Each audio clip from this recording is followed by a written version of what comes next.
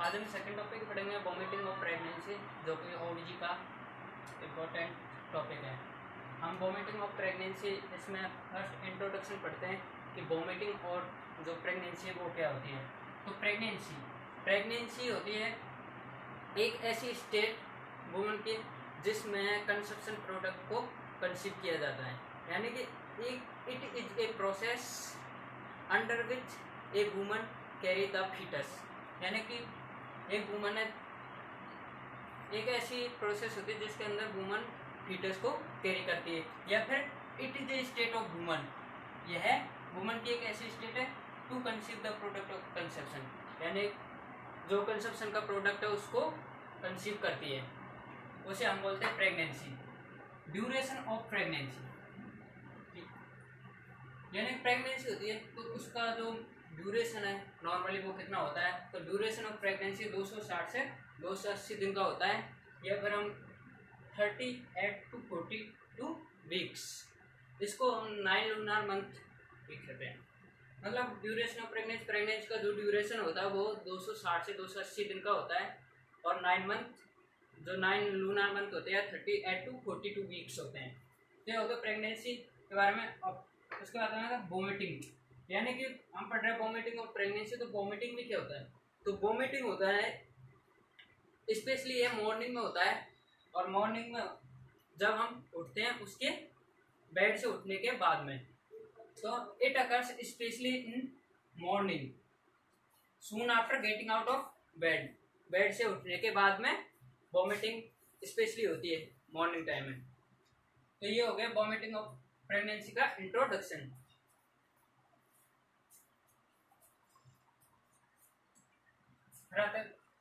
फिर इंट्रोडक्शन के बाद में हम पढ़ते हैं classification of vomiting of pregnancy, यानी प्रेगनेंसी को कितने टाइप, प्रेगनेंसी और वॉमिटिंग को कितने टाइप में डिवाइडेड किया गया है, क्लासिफाई किया गया है।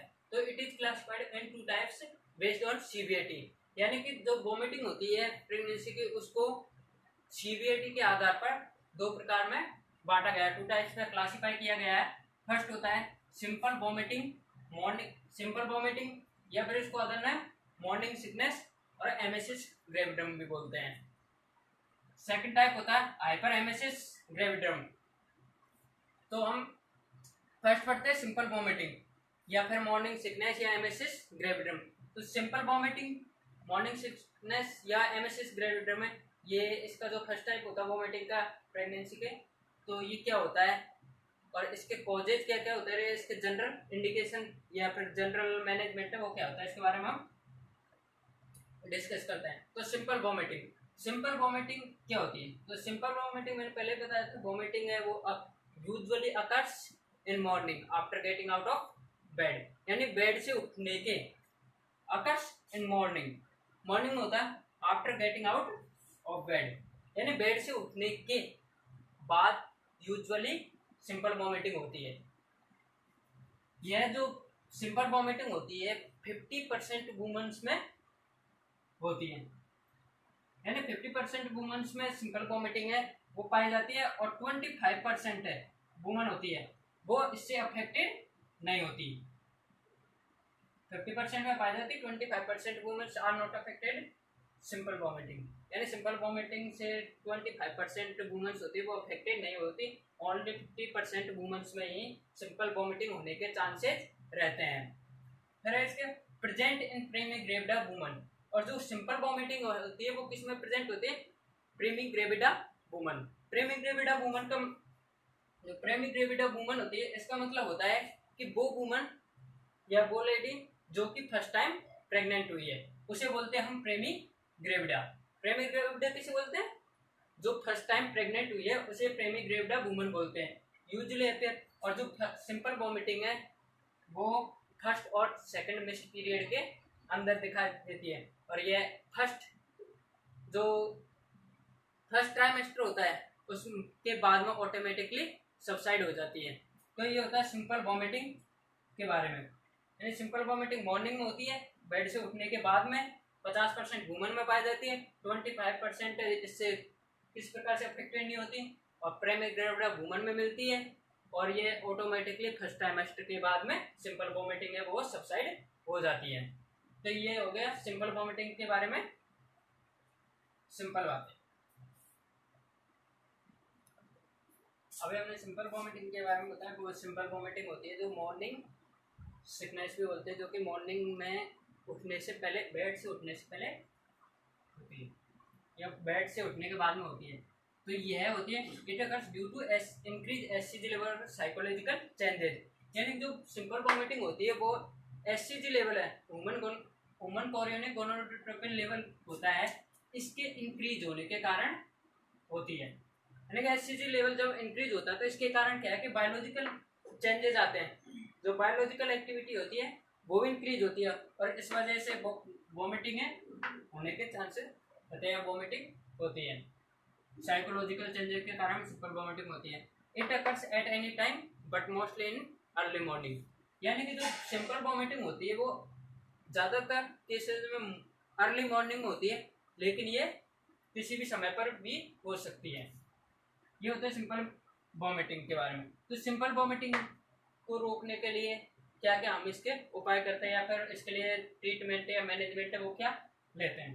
तो मैनेजमेंट, जो प्रेग्नेंट वूमन होती है, जो फर्स्ट टाइम प्रेग्नेंट हुई है, प्रेग्नेंट वूमन, उसको हम ड्राई टोस्ट बिस्किट प्रोवाइड करेंगे उठने से, बेड से उठने से जस्ट पहले। तो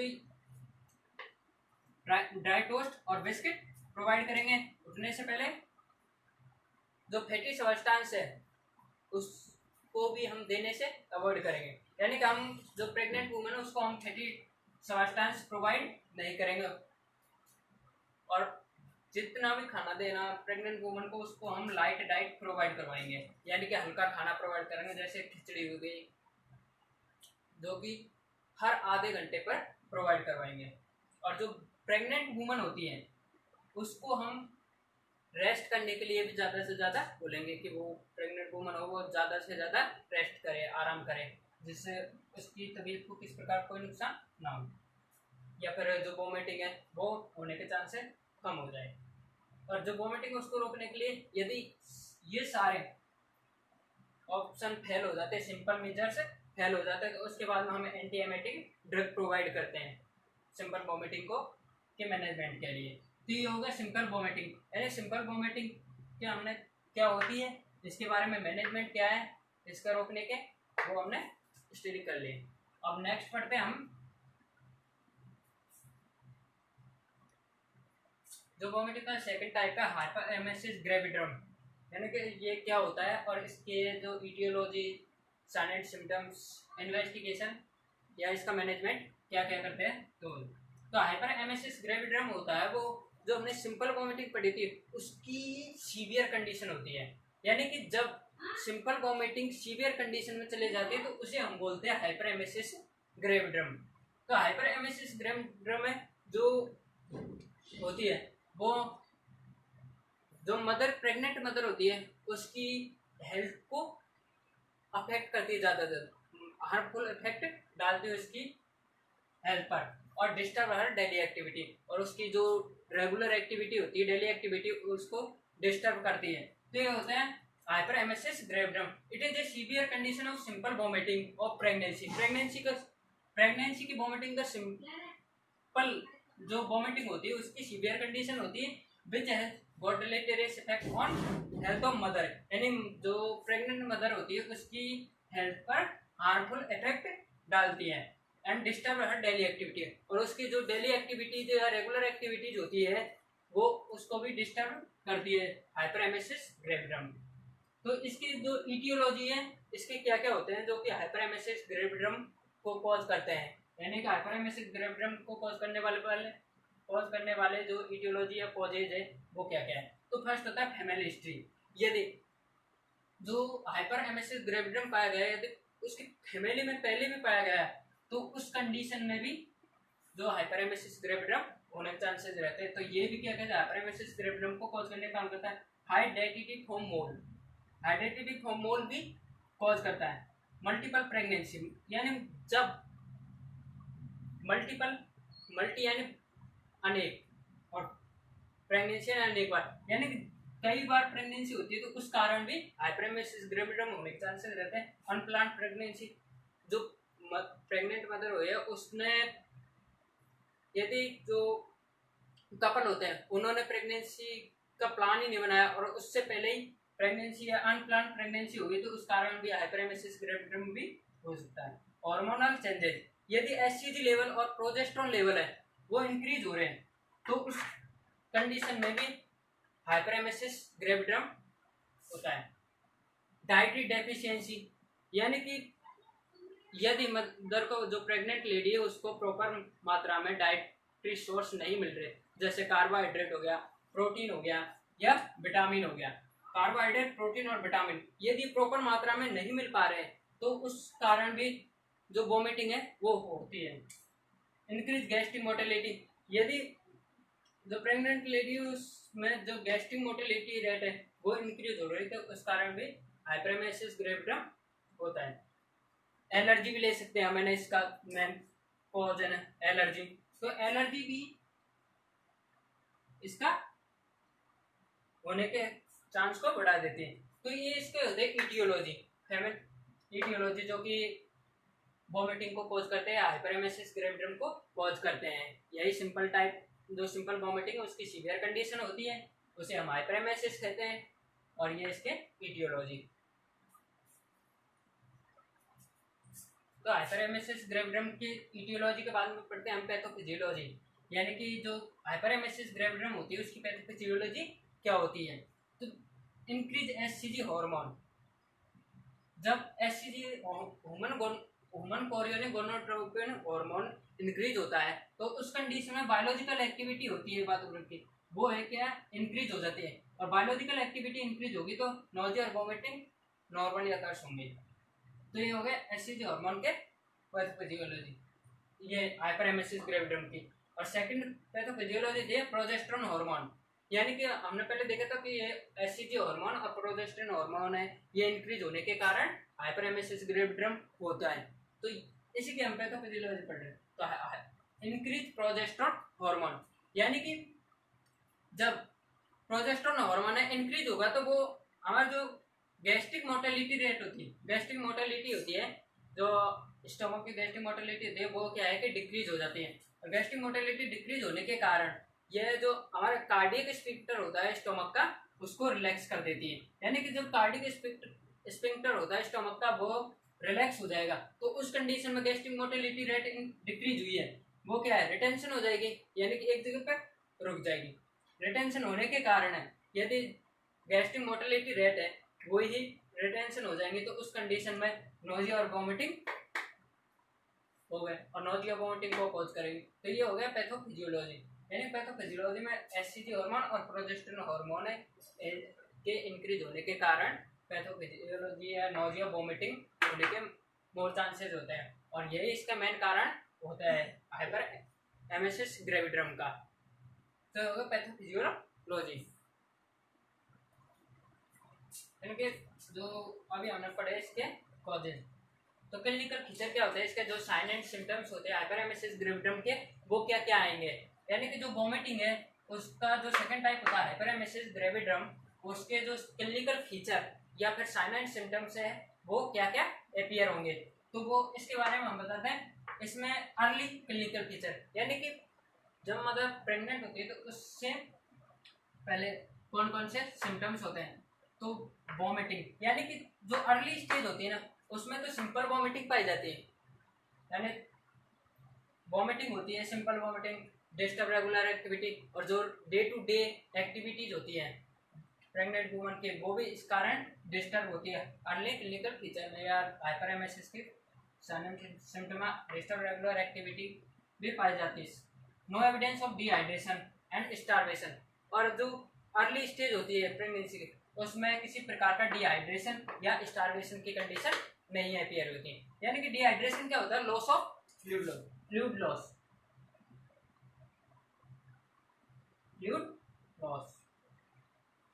ये होता है डिहाइड्रेशन, और स्टारवेशन भूखमरी।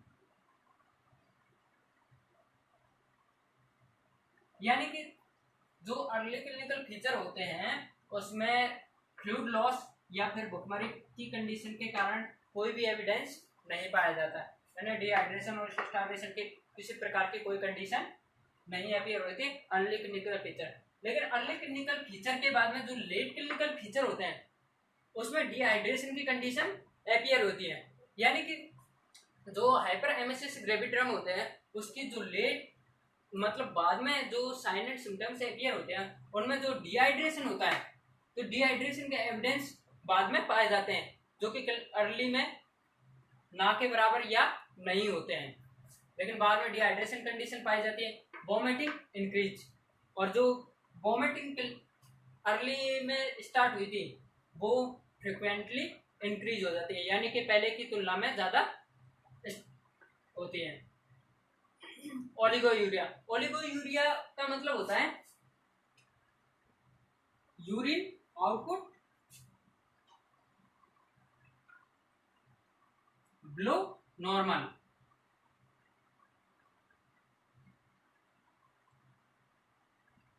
यानी कि ओलिगोयूरिया यदि जो प्रेग्नेंट मदर है वो यूरिन आउटपुट नॉर्मल से कम कर रही है, यानी कि जो यूरिन आउटपुट हो रहा है वो नॉर्मल से कम है, तो उस कंडीशन में भी ओलिगोयूरिया या हाइपर एमेसिस ग्रेविड्रम है उसका साइन अपीयर होता है। मतलब कि जो हाइपर एमेसिस ग्रेविड्रम होता है उस कंडीशन में ओलिगोयूरिया की कंडीशन पाई जाती है, ओलिगोयूरिया होता है यानी कि नॉर्मल आउटपुट होता है उससे कम वो आउटपुट करती है। एपिगैस्ट्रिक पेन, एपिगैस्ट्रिक पेन का मतलब होता है pain occurs in below the ribs in the areas of upper abdomen, यानी कि एब्डोमेन के ऊपर below ribs in upper abdomen.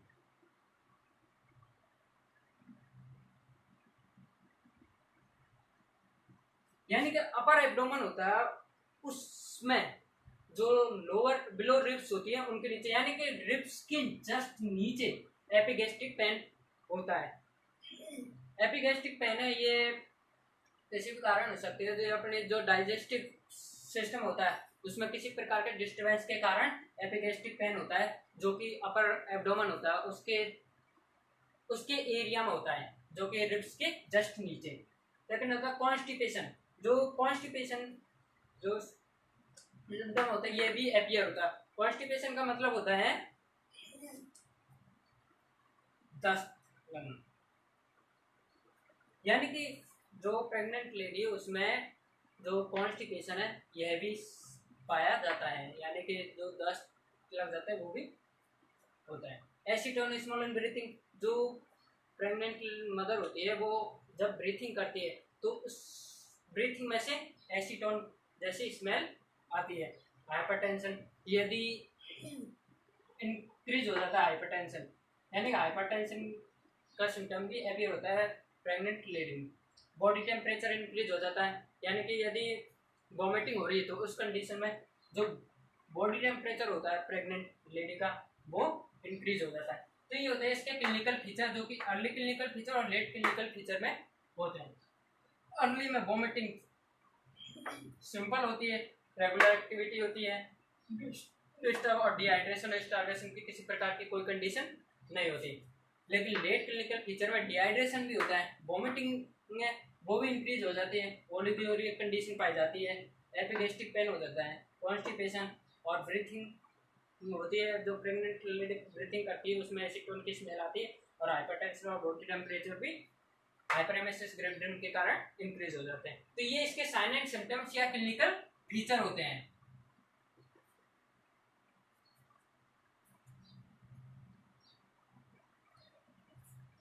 अब हाइपरेमेसिस ग्रेविड्रम है इसका पता लगाने के लिए हम कौन कौन से जो इन्वेस्टिगेशन है वो करते हैं या फिर डायग्नोस्टिक इवैल्यूएशन इसके क्या क्या होते हैं हाइपरेमेसिस ग्रेविड्रम को पता लगाने के लिए या डिटेक्ट करने के लिए वो हम पढ़ते हैं। तो डायग्नोस्टिक इवैल्यूएशन हम फर्स्ट करते हैं यूरिन एनालिसिस।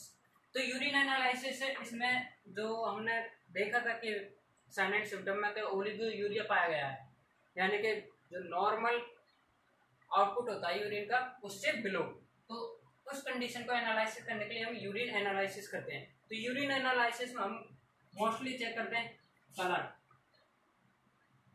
यानी कि यूरिन का कलर कौन सा है, ऑर्डर यानी कि उसका जो स्मेल है वो किस टाइप की है, स्पेसिफिक ग्रेविटी, ग्रेविटी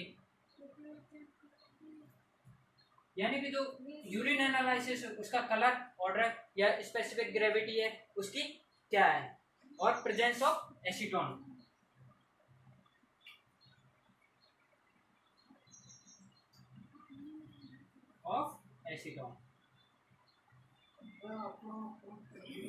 अभी हमने यूरिन एनालिसिस जस्ट साइलेंट और सिम्टम या क्लिनिकल फीचर्स में देखा था कि एसीटोन है वो ब्रीथिंग के दौरान उसकी एसीटोन जैसे स्मेल आ रही थी, तो वो एसीटोन स्मेल आ रही है उसकी प्रेजेंस को पता लगाने के लिए यूरिन एनालिसिस करते हैं, या फिर यूरिन का कलर क्या है, उसका ऑर्डर क्या है, स्पेसिफिक ग्रेविटी या एसीटोन की प्रेजेंस के लिए हम यूरिन एनालिसिस करते हैं। सेकंड करते हैं इसका डायग्नोस्टिक इवैल्यूएशन को करते हैं ब्लड एग्जामिनेशन, यानी कि ब्लड एग्जामिनेशन से हम पता लगाएंगे कि जो सोडियम है, पोटेशियम है, क्लोरीन है, इनकी मात्रा क्या है। यानी कि जो प्रेग्नेंट हुई है लेडी उसके पोटेशियम, कैल्शियम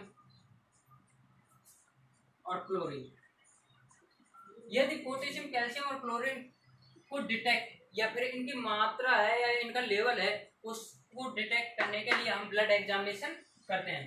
यानी कि इस जो पोटेशियम, कैल्शियम और क्लोरीन होते हैं यदि इनकी प्रेग्नेंट लेडी में डेफिशिएंसी हो जाएगी तो उस कारण क्या है, वोमिटिंग की कंडीशन अपियर होगी। इस वजह से ब्लड एग्जामिनेशन करते हैं कि जो प्रेग्नेंट लेडी उसमें किस प्रकार की जो डेफिशिएंसी तो नहीं है, विटामिन हुए या फिर जो एलिमेंट मिनरल्स हुए इनके नाम। थर्ड करते हैं हम ऑप्थेल्मिक एग्जामिनेशन। ऑप्थेल्मिक एग्जामिनेशन हम करते हैं, वो करते हैं कि जो प्रेग्नेंट लेडी है उसकी जो आईज होती है, आंखें, उनको चेक करने के लिए, यानी कि उनमें किसी प्रकार का डिस्टर्बेंस या फिर किसी प्रकार का कंडीशन अपियर तो नहीं हो रही है, तो उसमें हम चेक करते हैं रेटिनल हेमरेज। यानी कि जब प्रेग्नेंट हुई है लेडी उसमें ये पाया जाती है हाइपरेमेसिस ग्रेविडियम की कंडीशन, तो उसमें रेटिनल हेमरेज पाया जाता है। यानी कि जो रेटिना होता है उसके वहाँ पर हेमरेज यानी ब्लड की कंडीशन दिखा देती है।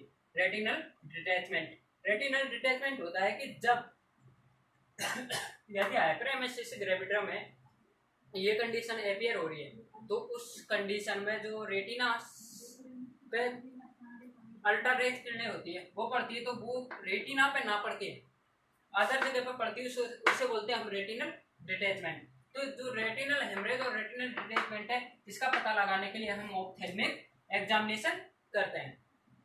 फोर्थ करते हैं ईसीजी यानी इलेक्ट्रोकार्डियोग्राफी। इलेक्ट्रोकार्डियोग्राफी से भी हम जो मतलब कि हाइपर एमेसिस ग्रेविडियम है वो कितना कैसा नहीं है उसका पता लगाने के लिए ईसीजी करते हैं।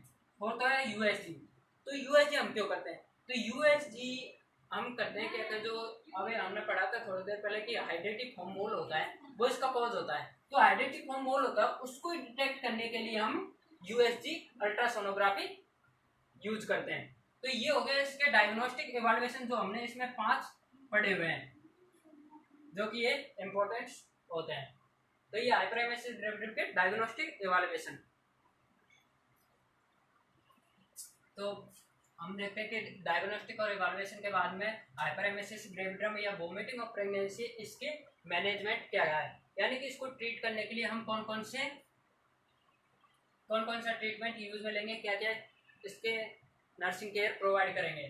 तो मैनेजमेंट में फर्स्ट आता है प्रिंसिपल, यानी कि प्रिंसिपल मतलब होता है कि हम किसके लिए हम ट्रीटमेंट देते हैं। तो फर्स्ट होता है to prevent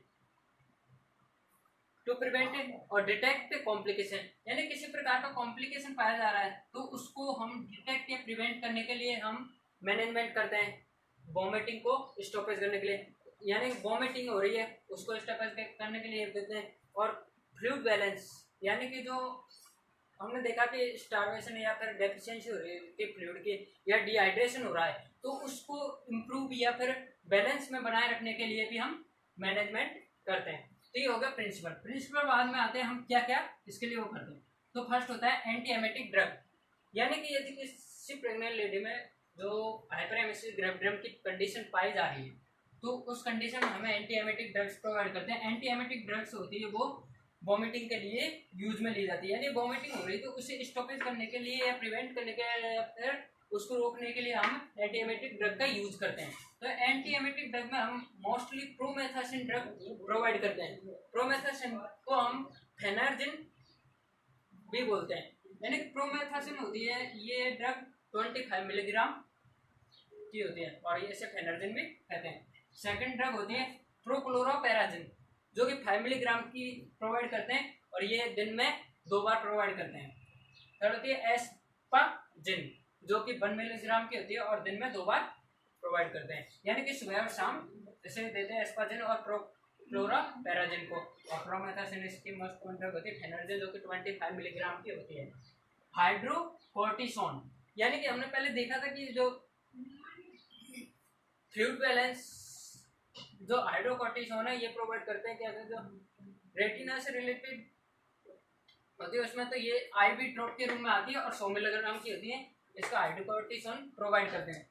third nursing care करते हैं प्रोवाइड न्यूट्रिशन यानी कि हमने देखा था कि डेफिशिएंसी हो रही थी न्यूट्रिशन की में जिसके कारण स्टार्वेशन या फिर डिहाइड्रेशन हो रहा था। तो उस डिहाइड्रेशन को स्टॉपेज या रोकने के लिए या फिर उसको बैलेंस में लाने के लिए हम न्यूट्रिशन प्रोवाइड करते हैं। और nutrition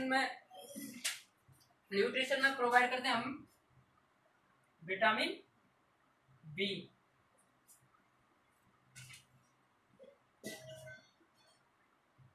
B6 and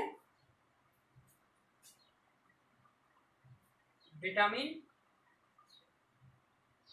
B5 and vitamin B12। तो प्रोवाइड करते हैं न्यूट्रिशन जिसमें vitamin B1, B2, vitamin B5 और विटामिन B12 ये हम क्या कहते हैं हाइपरेमेसिस ग्रेविडम की कंडीशन को स्टॉप करने के लिए या फिर जो डेफिशिएंसी या डिहाइड्रेशन हो रखता है उसको बैलेंस में बनाए रखने के लिए हम vitamin B, B2, vitamin B5 और B12 प्रोवाइड करते हैं। ये होते हैं न्यूट्रिशन। फिर हम हॉस्पिटलाइज द पेशेंट यदि जो हाइपरेमेसिस ग्रेविडम की कंडीशन है वो बहुत ज्यादा हो रही है तो उस कंडीशन में हम पेशेंट को हॉस्पिटलाइज कर देते हैं। फिफ्थ है इसका फ्लूइड एडमिनिस्ट्रेशन। यदि जो प्रेग्नेंट लेडी है उसमें फ्लूइड एडमिनिस्ट्रेशन करवाएंगे यदि उसमें जो फ्लूइड लॉस हो रहा है वो ज्यादा हो रहा है या फ्लूइड बैलेंस इम्बैलेंस हो रहा है तो उस कंडीशन में हमें फ्लूइड एडमिनिस्ट्रेशन करवाते हैं जो कि 24 ओरल फीडिंग के 24 आवर्स के बाद में स्टॉपेज ऑफ द वॉमिटिंग यानी कि वॉमिटिंग ओरल फीडिंग करवाई है उसके बाद में जो वॉमिटिंग के स्टॉपेज के 24 आवर बाद में फ्लूइड एडमिनिस्ट्रेशन करवाते हैं। यानी कि जब यदि हमने प्रेग्नेंट लेडी उसमें ओरल फीडिंग करवा दी उसके बेबी को तो ओरल फीडिंग के बाद में यदि वॉमिटिंग हो रही है तो उस वॉमिटिंग के भी 24 आवर के बाद में हम फ्लूइड एडमिनिस्ट्रेशन करवाते हैं। तो फ्लूइड एडमिनिस्ट्रेशन में 24 आवर होता है 24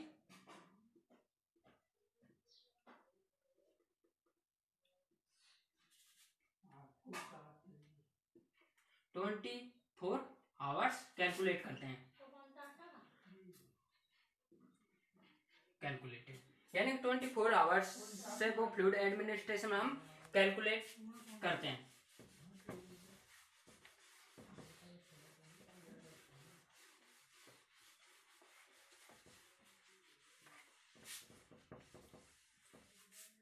तो हम 24 आवर है उसको calculate 24 hours calculated follow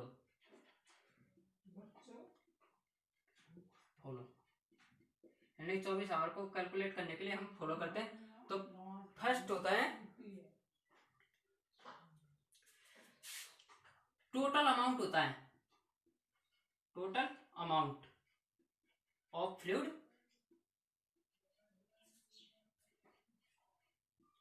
approximately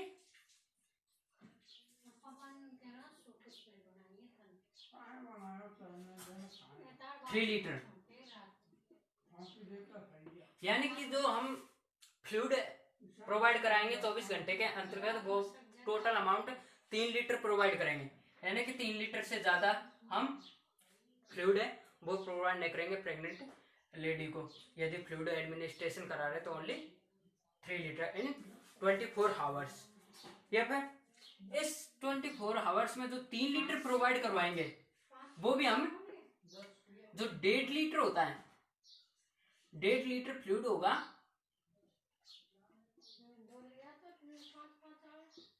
जो 1.5 लीटर फ्लूइड होगा वो D5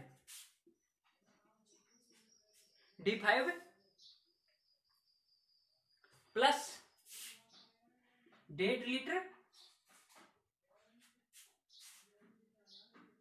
RL,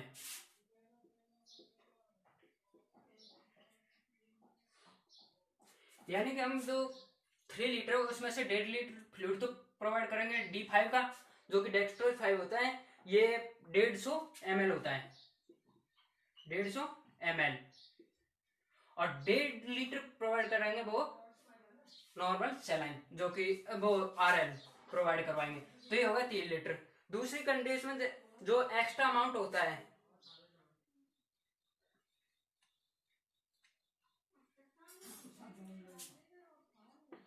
extra amount provide करवाएंगे 5% ऑफ डेक्स्ट्रोज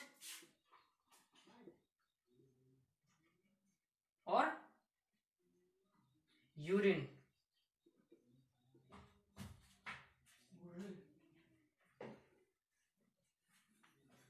यानी कि जो एक्स्ट्रा 5% है वो इक्वल्स हो जाएगा डेक्स्ट्रोज और यूरिन के। तो ये इसका हो गया हाइपरेमेसिस ग्रेविडम का मैनेजमेंट, जिसमें प्रिंसिपल देखे तो अपना और एंटीबायोटिक ड्रग प्रोवाइड करते हैं, जिसमें प्रोमेथासिन, प्रोक्लोरापेराजिन, एस्पाजिन ये प्रोवाइड करते हैं। हाइड्रोकोर्टिसोन प्रोवाइड करते हैं जो कि 100 मिलीग्राम इन IV ड्रॉप होती है। प्रोवाइड न्यूट्रिशन प्रोवाइड करते हैं। हॉस्पिटलाइज द पेशेंट, यदि सीवियर कंडीशन पाई जा रही है तो उस कंडीशन में पेशेंट को हॉस्पिटलाइज करते हैं। फ्लूइड एडमिनिस्ट्रेशन करते हैं, जो कि किस कंडीशन जब फ्लूइड लॉस होता है और वो भी 24 घंटे के अंतर्गत, तो 24 घंटे के अंतर्गत प्रोवाइड करते हैं ओनली 3 लीटर फ्लूइड। इस 3 लीटर फ्लूइड में 1.5 लीटर फ्लूइड होता है वो डेक्स्ट्रोज D5 होता है और 1.5 लीटर होता है RL होता है, और एक्स्ट्रा 5% होता है वो होता है इक्वल्स टू डेक्स्ट्रोज और यूरिन के। तो ये हो गया इसका मैनेजमेंट के बाद में हम नर्सिंग केयर करते हैं। नर्सिंग केयर में हम जो TPR BP है उसको रिकॉर्ड करते हैं डेली में, इनपुट और आउटपुट चार्ट बनाते हैं, यूरिन एनालिसिस करते हैं, और जो उसकी डाइट है उसको एक्सप्लेन कर देते हैं। तो ये हो गया इसके वॉमिटिंग ऑफ प्रेगनेंसी। यदि इस टॉपिक में किसी को भी किसी प्रकार कोई प्रॉब्लम हो तो कमेंट में आके डिस्कस करें। Thank you.